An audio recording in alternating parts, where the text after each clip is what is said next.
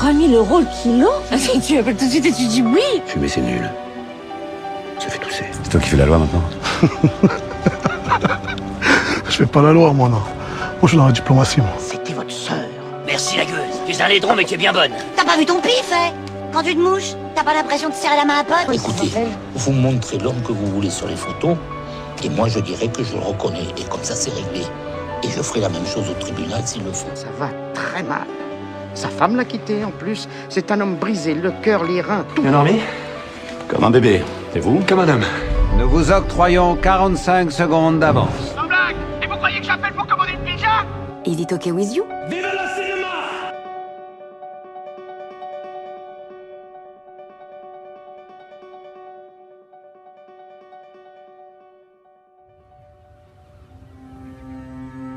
Que ce soit le vin de la mer, que ce soit le vin du Nord,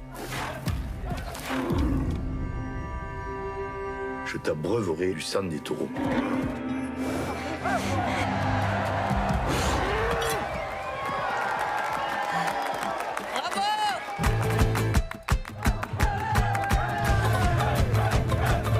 Bravo taureau! Putain, non! Comment ça a pu arriver, ça? Les taureaux, ils attaquent pas quand ils sont chez eux. C'est la saison qu'on va se perdre. T'as 2 petits qui sont morts et tu perds de perdre la saison? J'ai peur pour toi. J'ai envie d'être avec les taureaux, c'est comme ça. Il se passe quoi là en fait? Les taureaux, je les sens. Faut que tu m'aides. Je vais t'aider. Tue-moi, vas-y, je te tue! Et je meurs!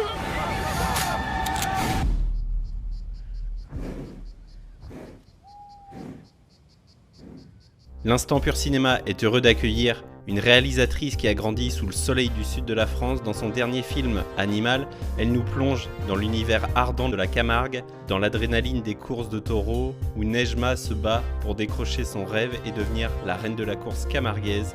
Mais un grain de sable, ou plutôt quelque chose d'un poil plus gros, vient semer le trou, puisqu'en effet une série de disparitions mystérieuses secoue la communauté et une rumeur commence à courir. Quelque chose de plus féroce que les taureaux rôde dans l'ombre. Un tourbillon de passion et de mystère sous l'œil acéré de la caméra d'Emma Benestan. Et avant toute chose, salut, comment ça va? Ça va, je suis un peu stressée là, je suis à quelques jours de la sortie donc... Ben ouais, c'est ce que j'allais te demander, comment tu te sens? Bah, c'est toujours parce qu'on met tellement de temps à faire un film et quand il sort, ça se passe... voilà, c'est un peu tout un travail et il sort, il nous appartient plus, il appartient aux personnes. On espère qu'il va toucher, qu'on va pouvoir partager les émotions qu'on y a mises, que les gens vont pouvoir être troublés au moment où on a mis du trouble. Donc c'est toujours un moment un peu à la fois très excitant et puis paniquant aussi. Ben ouais, j'imagine. Emma, tu t'apprêtes à recevoir un fichier audio, ici même dans cette conversation. Une personne que tu connais, normalement, je l'espère en tout cas, a vivement souhaité te laisser un message. Tu l'écouteras donc à la fin de cet entretien. Je te laisse avec ça et on va pouvoir commencer. Le film était projeté à Cannes en mai dernier, un film que moi personnellement j'attendais avec beaucoup d'impatience. Il était dans ma watchlist depuis un long moment. Et comment t'as vécu toi cette projection cannoise? Bah, j'ai fini le film juste une semaine avant, donc c'était particulier. On a vraiment chaud. Très très chaud. On a envoyé le film, il n'y avait pas les effets spéciaux, rien. Donc du coup il fallait vraiment... Enfin c'était pas du tout fini, donc on a vraiment couru pour cette projection cannoise. Après Cannes, on sait aussi que c'est un tremplin énorme pour l'international. Et moi ça m'a tellement touchée que ce sud de mon enfance et en tout cas de mon adolescence soit vu par autant de gens de l'étranger qui connaissent pas les courses, qui connaissent pas la Camargue. Et j'étais avec tous les acteurs qui sont donc des non-professionnels, c'était pour leur première fois, donc leur première fois à Cannes. Et il y en a un, quand on a fait le red carpet, le moment du tapis rouge, qui a dit on devrait être là en train de nourrir les bêtes à ce moment-là. Et c'était hyper touchant. Donc j'en garde un souvenir très émouvant. Tu es donc passionnée de course camarguaise. Comment elle est née cette passion? Passionnée, je l'ai découvert tard, la course, vraiment tard. Je pense que je suis plus passionnée de taureau que de course camarguaise. Je crois que c'est le taureau qui m'a amenée vers ça. Moi, quand j'étais plus jeune, j'allais aux fêtes votives, j'allais me balader dans la région. Il y avait des lâchers taureaux, des abrivados. Et c'est vrai que le taureau était très très omniprésent dans les fêtes Et moi, je me rappelle très bien avoir, à 18 ans, être avec mon copain de l'époque dans un petit village à Aubé. Et il y avait une échappée d'un taureau dans la ville. Et je me disais, ça se trouve, je vais le croiser là d'un coup. Et l'idée de croiser cette bête majestueuse, puissante, de croiser son regard, ça me fascinait, ça me touchait. Parce que c'est vraiment... c'est une bête qui représente beaucoup de choses, la liberté, mais aussi c'est une énergie très très forte, puissante. C'est souvent attribué d'ailleurs au masculin. Et ça me touchait de créer un lien avec une jeune femme dans ce film. Donc je dirais que c'est par le taureau, sa symbolique, qui fait beaucoup penser au minotaure, son côté mythologique. Et c'est un animal qu'on voit pas partout. Que quand j'ai fait des études plus tard à Nantes et à Paris, je me suis rendu compte que en fait, le taureau n'était pas là, il n'était pas forcément.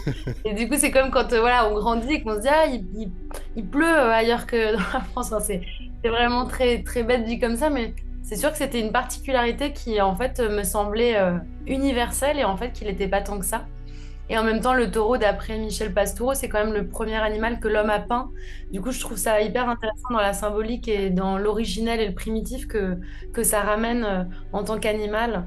C'est quand même un animal qu'on retrouve dans beaucoup de civilisations, que ce soit en Asie, en Amérique latine. Moi, j'ai pu avoir la chance d'accompagner mon film au Brésil. On m'a parlé de certains jeux qui ressemblent un peu à la course camarguaise avec du taureau. Donc, en fait, c'est un peu partout qu'on retrouve quand même une symbolique très forte de cet animal et de son rapport à l'homme. Génial. Beaucoup de recherches, du coup, j'ai l'impression pour ce film. Oui, bah, je pense qu'on a toujours... Enfin, moi, j'ai toujours envie, en tout cas, d'explorer plein de choses et de voir comment ça a traversé un peu l'histoire de l'art ou différemment l'histoire des mythes, quoi. Enfin, comment elle nous traverse, mais comment aussi on a envie, je pense, de un peu réinventer des mythes qu'on a connus enfants ou adolescents, ou en tout cas d'en dire autre chose. Après... dans la mythologie, les monstres sont souvent victimes et moi j'ai toujours trouvé ça intéressant. Et je trouve ça aussi très intéressant que ce taureau qui paraît si menaçant est aussi fragile en fait, que Nejma, aussi fragile que nous tous. Et ça, je trouvais ça vraiment fort, surtout qu'en Camargue, dans la course camarguaise, il n'y a pas de mise à mort. Et le taureau est vraiment... il y a une dimension très animiste autour du taureau, il est vraiment vénéré. On a des statues qui portent le nom de taureaux très connus, on les enterre debout face à la mer pour les plus braves. Donc c'était toute cette dimension hyper forte autour de l'animal me plaisait aussi, liée profondément à la Camargue. Dans Animal, tu as recours à des effets visuels, tu le disais, supervisés par Liz Fischer de MPC VFX. 74 plans d'effets visuels ont été réalisés pour le film, ça c'est ce que dit MPC sur leur site, notamment pour la créature. Comment ça s'est passé cette collaboration ? Ça s'est super bien passé. Aussi, je dois ajouter qu'avec Lise, il y a eu Lise, mais il y a eu aussi Olivia Alfonso qui s'est occupée de toute la partie masque, donc toute la partie organique qui n'est pas des effets spéciaux, mais qu'on va ajouter pour toute la force fantastique du film. J'essaie de pas trop en dévoiler, mais voilà, du coup, il y a toute cette partie masque qui est créée par Olivier pour toute la partie fantastique. Et à partir des masques, l'équipe de Lise avait à animer et à créer aussi tout un taureau en 3D.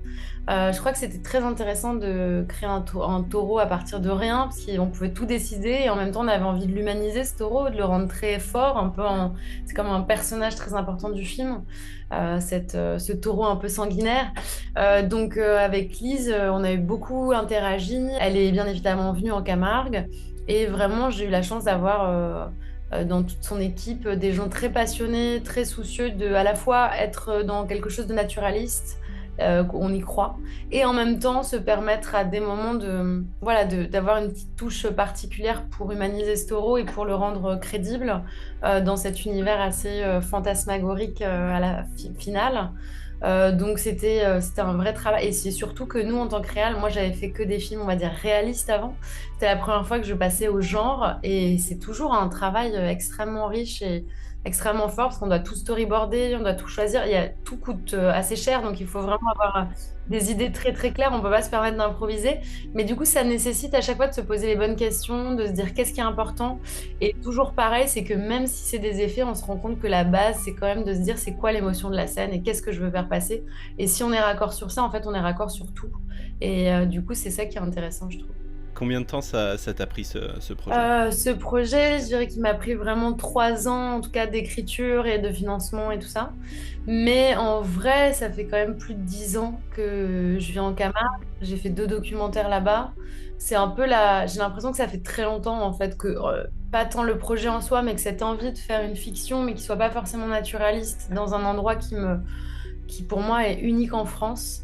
Avec en fait, il y a tout un esprit de western en Camargue qui existe naturellement. Et c'est vrai que le western camarguais était très important dans les années 70. Il y a notamment eu des films avec Johnny Hallyday, tout ça. Et de capter cet ADN de western et d'aller vers le fantastique, c'était très important pour moi, pour aussi sortir du documentaire, pour arriver à raconter finalement peut-être autre chose, en tout cas permettre à travers la métaphore de raconter autre chose que j'avais besoin de raconter. Donc c'est toujours pareil, c'est que les projets, on peut se dire c'est 3 ans, mais en vrai ça fait beaucoup plus longtemps que ça. Et des fois on écrit des projets, on a l'impression qu'on les écrit vite, mais en fait ça fait 10 ans qu'on y pense. Donc, et c'est toujours assez viscéral, faut beaucoup de persévérance. Mais en même temps, moi j'avais très envie et profondément besoin de faire ce film. Ouais, un long cheminement donc, et comment tu l'as vécu ce long cheminement justement avec ton premier long? Comment tu vis cette passation entre ton premier long et ton second long, maintenant que le deuxième film est achevé et maintenant que tu vas le laisser partir, comment tu le vis? Eh ben, je le vis comme... en fait c'est fou parce que je disais hier à une amie... on a beau l'avoir vécu une fois, s'être dit ah c'est difficile, la sortie c'est douloureux, machin. En fait, quand on le revit une deuxième fois, c'est toujours, on gagne pas forcément. Après, c'est un bonheur quand il y a des gens qui viennent nous voir, nous dire qu'ils ont été touchés. Moi, j'ai reçu déjà plein de messages et je suis tellement heureuse de ça. Donc, je pense que ça porte beaucoup. Mais en fait, la passation, elle est difficile parce qu'entre un premier et un deuxième, c'est jamais évident. Le premier, on peut toujours être une promesse, c'est la promesse d'une cinéaste ou pas, etc.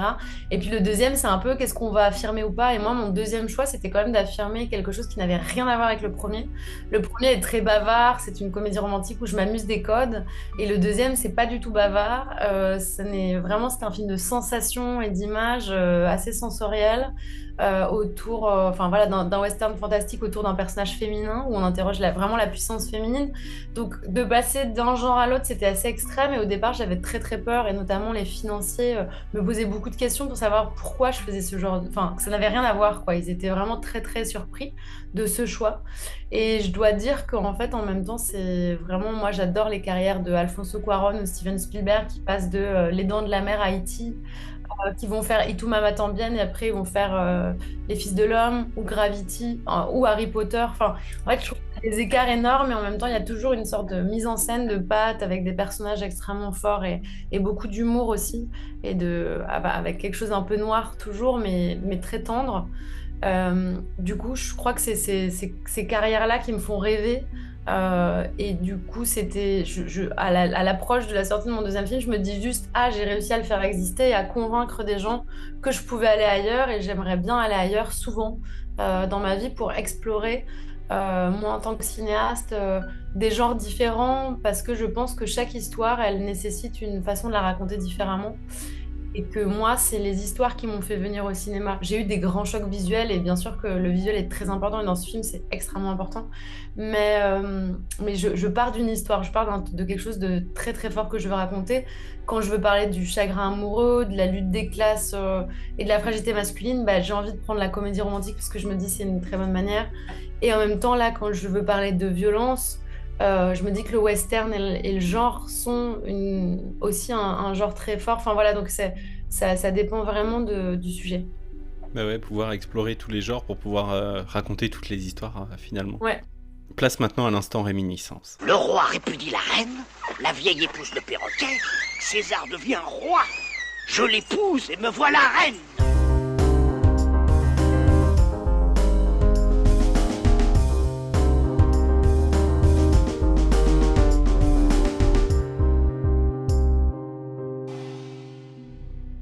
Alors je vais te poser plein de petites questions pour répondre, c'est ce qui te vient à l'esprit tout de suite. Si jamais je te reposais les questions demain ou après-demain, en fonction de tes humeurs, tes envies, tes réponses pourraient être complètement différentes, il n'y aurait aucun souci là-dessus. Est-ce que c'est bon pour toi? Ouais. Quel serait ton film doudoute à Madeleine de Proust? La Boum. Ok, magnifique. Ton affiche de film préféré? Scream. Ok, film d'horreur. Une affiche récente qui t'aurait marqué? Oh là là, c'est pas facile, attends. Une affiche récente qui m'aurait marqué?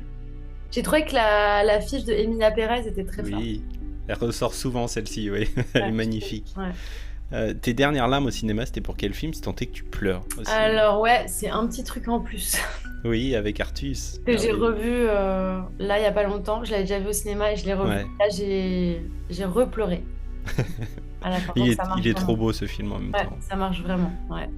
Ton dernier film vu au cinéma? Eh bien, je suis allée voir Les Reines du Drame, que j'ai adoré. Ok. Et ah non, le dernier, c'est Diamant Brut, que j'ai beaucoup aimé aussi. Trop bien, trop cool. Une bande originale que tu aimes particulièrement? Gladiator, Hans Zimmer.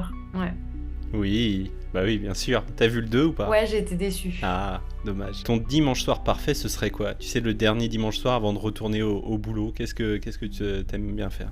J'aime bien faire la cuisine, me faire des lasagnes ou un risotto, boire un petit verre et regarder une série. Je pense que ça, c'est le dimanche soir cocooning. Ouais, avoir le temps de faire la cuisine, ça, j'aime bien parce que ça détend vraiment. Et, ouais, et regarder une série, ouais. Merveilleux, la transition est toute trouvée. La dernière, celle-là, tu ne pourras pas y échapper, ton plat préféré. Ah, mon plat préféré, c'est la soupe pho. Ok, je connais pas. C'est une soupe vietnamienne. J'adore les plats asiatiques, donc c'est une soupe pho vietnamienne avec plein de nouilles, de coriandre. C'est une soupe. Moi, j'adore les soupes. Trop bien. On y est. Ouais. Tu as reçu l'audio ici même dans cette conversation. Je te laisse l'ouvrir, l'écouter et revenir vers moi quand tu l'auras terminé. C'est un très long message. Ah ouais. Ouais, c'est certainement l'un des plus longs que j'ai reçu pour un invité. Ok. Bonjour, alors on verra si Emma Benestan arrive à reconnaître cette voix.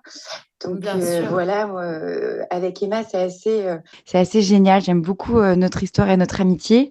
En fait, il se trouve que Emma, j'ai vu son premier film qui s'appelle Fragile. Et quand j'ai vu Fragile, je me suis dit, mais waouh, ce film est incroyable. La personne qui est derrière ce film doit être tout aussi incroyable. Et donc, j'ai voulu devenir amie avec cette personne. Et donc, voilà, j'ai pris contact avec Emma, on s'est rencontrés, on s'est croisés et on s'est plus quittés. Et c'est vrai que Fragile, pour moi, est devenu vraiment mon chocolat chaud du dimanche soir, mon nouvel arnaqueur, mon nouveau Dirty Dancing. Et on s'est mis à partager ces passions de ces films-là avec Emma. Et c'est vrai que je trouve que Emma, c'est une réalisatrice incroyable qui a aussi beaucoup de générosité, de présence d'esprit.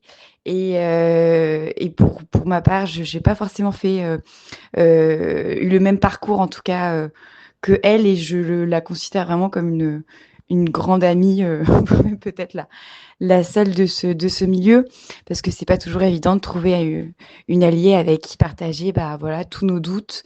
Et c'est vrai qu'on en a pas mal dans ce métier de réalisateur qui est aussi incroyable. Donc voilà, je suis très, très fière et j'ai beaucoup de chance de la voir. Et je trouve que voilà, que Animal et tous les autres films qui vont venir vont juste être fous, et j'ai déjà hâte de découvrir la suite. Je vous embrasse et merci encore pour ce très joli podcast, et à très bientôt. Salut Jean-Charles, salut Emma. Oh, c'est ma petite Mélanie. J'étais pas prête à ça. Mélanie Offred.